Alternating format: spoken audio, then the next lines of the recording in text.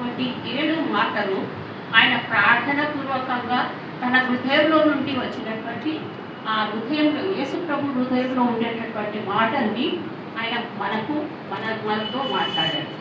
అంటే మనము ఆయన హృదయంలోకి తొంగి చూస్తున్నాం అన్నట్టు ఈ 7 మాటల ద్వారా. మొదటి మాట, తండ్రి మీరు ఏం చేస్తున్నారో మీరు ఎదురుగా మీరు క్షమించండి. రెండవది, నేడు నీవు నాతో కూడా పరమేశ్వరుడు.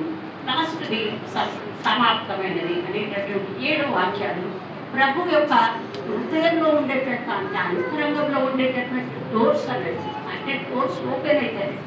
ఆ డోర్స్లో తను చెప్పాల్సిందిగా అనుకున్నటువంటి విషయాలను ప్రభు మనకు పాఠంగా బయలుపరుస్తూ మాట్లాడుతూ తను పలుకుతున్నటువంటి మాటలు.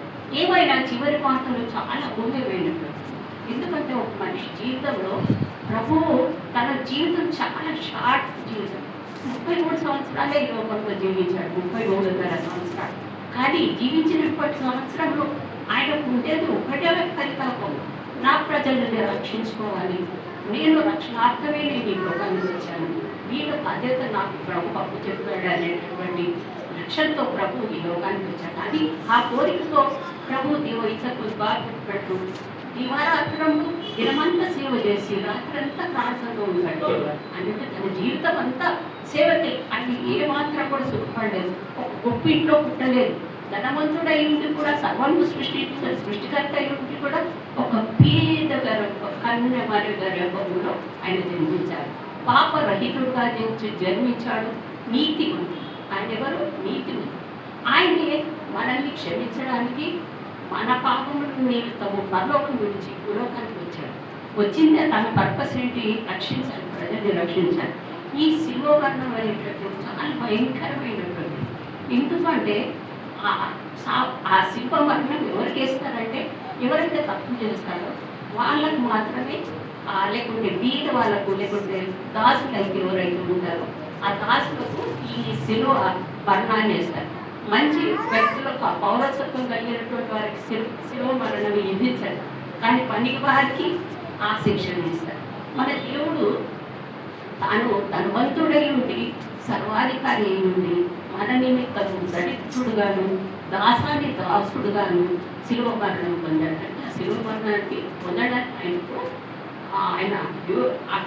ఆయనను అంత నీచంగా చూశారన్నట్టు వాళ్ళు. అక్కడ అప్పుడు ఉండేటటువంటి యూత వాళ్ళకు చాలా గర్వం, యూత ప్రవేశికులకు చాలా గర్వం. ఎందుకంటే వాళ్ళు మేము పవిత్రులు ఎప్పుడైతే ఎంత గర్వం ఉంటుందో మీరెంతటోళ్ళు అనేటటువంటి భావం వాళ్ళు ఉండదు. కానీ మనం వాడికి పోయినామనుకో మనల్ని ఒప్పుకోరు, మన దూరం ఇస్తారు. ఎందుకంటే యూతలో ఉండేటటువంటి అహంకారం మేము రాంసమాకారం అంటే ఆశీర్వదింపబడినటువంటి దేవుడు ఏర్పాటు చేసుకొని ఈ కానాన్ ప్రదేశం నుంచి నడిపించినటువంటి దేవుడి సంతానం. కాబట్టి మేము చాలా చదివి పడుకునేది. అయితే ఈ శిలువ 2 కర్రలతో చేయబడ్డది. ఇట్లా ఒక కర్ర, నిలువు కర్ర, ఇంకొకటి అడ్డుకర్ర. ఈ అడ్డుకర్రలు ఏం చేస్తుందంటే నిలువు కర్ర చాలా పొడుగు, అడ్డుకర్ర చాలా చిన్నగా ఉంటుంది. ఈ చిన్న కర్రతో అడ్డుకర్ర నిలువుగా ఉండేటటువంటి కర్ర వల్ల అందులో మనకి ఏం సూచిస్తుందంటే దేవుని యొక్క ప్రేమను సూచిస్తుంది. అక్కడ దేవుడు యేసు ప్రభు తన ప్రేమ ద్వారా భూమికి ఆకాశానికి మధ్యలో ఆయన వేలాడు. శిలువలో మధ్యలో వేలాడు.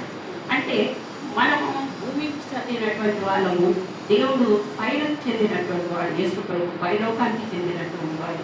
ఆయన మన కొరకు ఏం చేస్తాడంటే మధ్యవర్తిగా ఆ శిలువలో మధ్యలో తన ప్రాణాన్ని పెట్టాడు. ఎందుకు పెట్టాడంటే మనల్ని ప్రేమిస్తున్నాడు. దేవుని తండ్రి అయిన దేవునితో సమాధానపరచడానికి ఎట్లా సమాధానపరుస్తున్నాడు? మనము పాపం చేసి దేవుడు అనుగ్రహించి మహిమను పొందలేకపోతున్నాం. ఈ మహిమ పొందడానికి ప్రభువు మనము కింది వారమైనప్పటికీ మన కొరకు ఏం చేశాడు? ఆయన మనకు చేసినటువంటి దోషాలకు బదులుగా ఆ శిలువ మధ్యలో వేలాడి తండ్రి అయిన దేవుడితో మనకు సమాధానం, ఐక్యతను కలిగిస్తున్నాడు. ఆ నీరు కట్టాల ద్వారా భూమి మీద ఉండేటటువంటి మనకు, పైన ఉండేటటువంటి తండ్రి అయిన దేవుడికి మనకు మధ్యవర్తం వహిస్తున్నాడు. మధ్యవర్తిగా ఉన్నాడు. ఉండి ఏం చేస్తున్నాడు?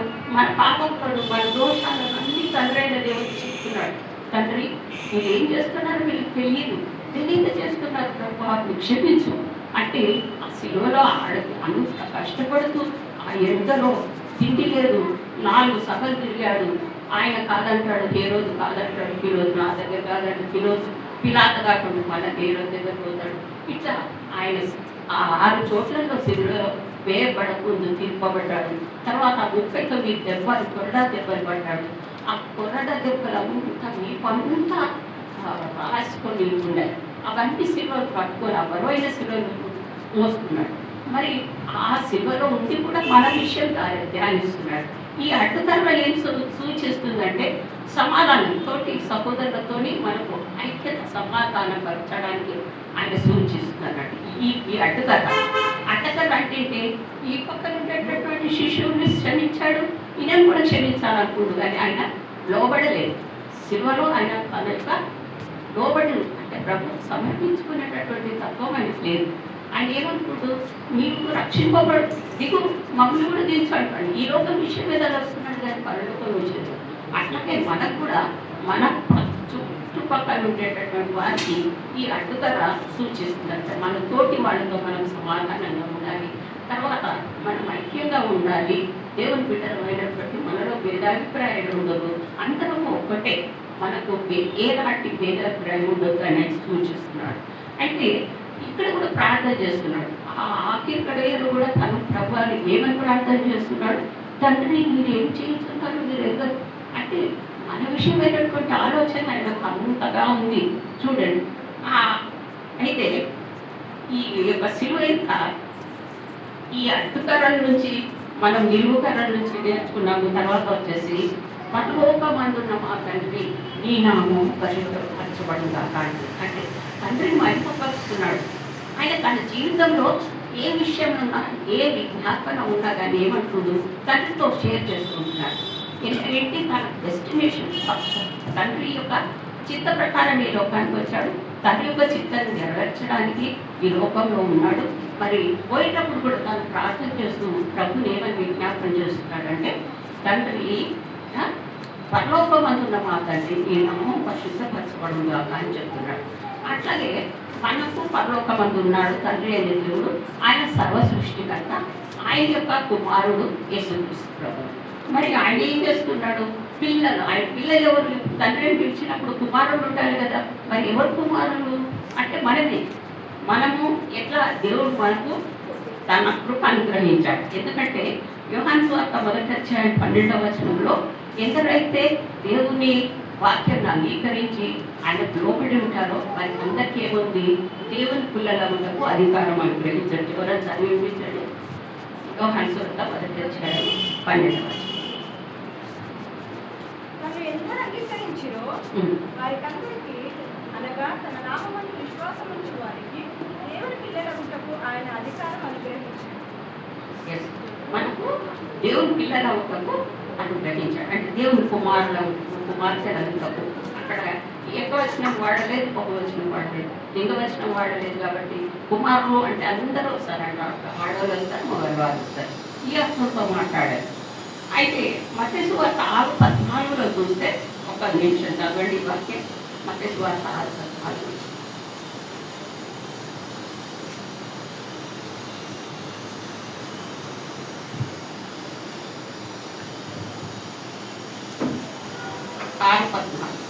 మత్తయి సువార్త 6:14.